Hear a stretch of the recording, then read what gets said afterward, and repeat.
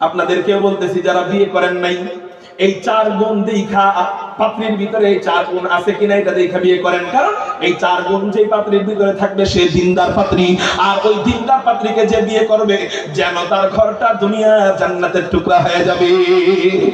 4 গুণ কি কি?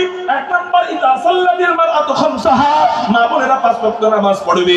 2 নাম্বার ওয়া সামাত শাহরাহা, রমজান আসলে ঠিকমতো রোজা রাখবে। 3 নাম্বার ওয়া হাফিজাত ফারজাহা, লজ্জাস্থানকে হেফাজত করবে। 4 নাম্বার ওয়া আতাআত যাওজাহা, স্বামীর অনুগত থাকবে।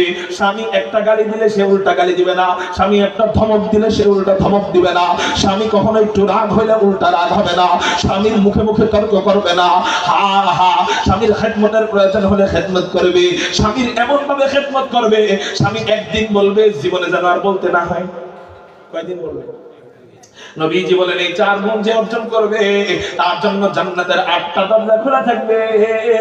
সে যে দরজা দিয়ে মনে চায় সেই দরজা দিয়ে জান্নাতে প্রবেশ করবে।